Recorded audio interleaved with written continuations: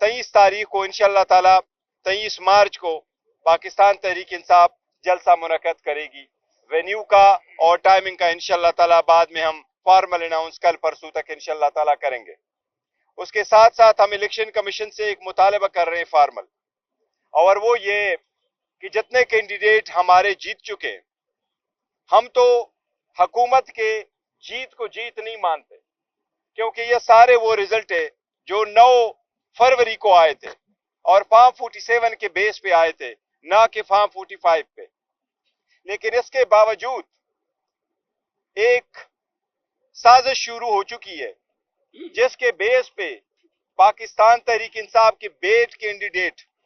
जो जीत चुके हैं, जो आ चुके हैं, जिनके नोटिफिकेशन पहले से हो चुकी है, उन कैंडिडेट को रिकाउंटिंग के जरिए से उनके जीत को शिकस्त में तब्दील करने की कोशिश की जा रही है।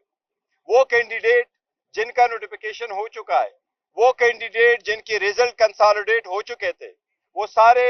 पोलिंग एजेंटों के सामने कंसोलिडेट हो चुके थे, जिनके पोस्टल बैलेट्स काउंट हुए थे, जिनका इलेक्शन कमीशन ने नतीजा निकाल के उनका नोटिफिकेशन इशू कर दिया था। कानून के मुताबिक कंसोलिडेशन के बाद रिकाउंटिंग नहीं हो सकती।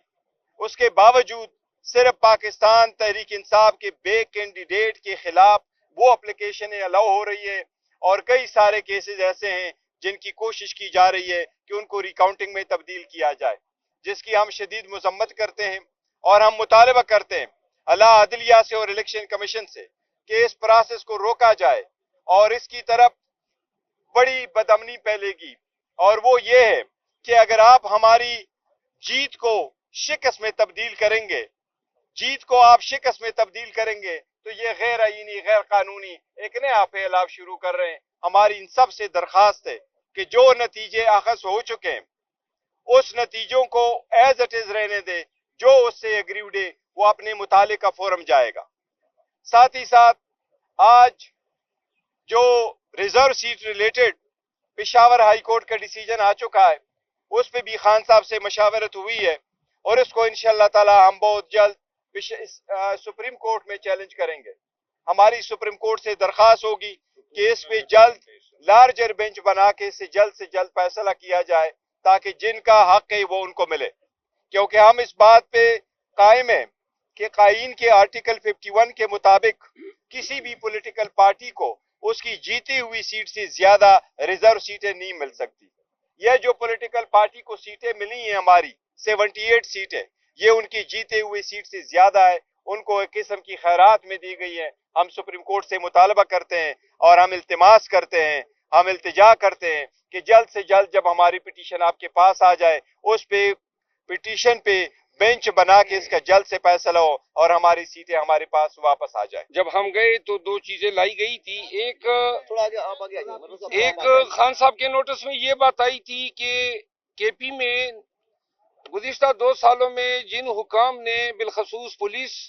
और इंतजामी अफसरान, डिप्टी कमिश्नर और कमिश्नर, जिन्होंने पाकिस्तान तहरीक इंसाफ के वर्करों पे क़यामत सुगरा बर्पा किया हुआ था, हमारे वर्कर को शहीद किया, बहुत सारे चंद ऐसे डीपीओ सामने आए जिन्होंने अगवा बराए तावान की मद में करोड़ों रुपए पाकिस्तान तहरीक इंसाफ के वर्करों और उनके वालिदैन से लूटे, जिसमें एक डीपीओ 4 सदा खान साहब के नोटिस में आया था कि हरीपुर के एक साबिका डीपीओ को जिसने इस फिस्तायत और जबर में अपना हिस्सा अदा किया था उसको नवाजा गया है और पीटीआई के दौर में उसको कुआट की पोस्टिंग दी गई है।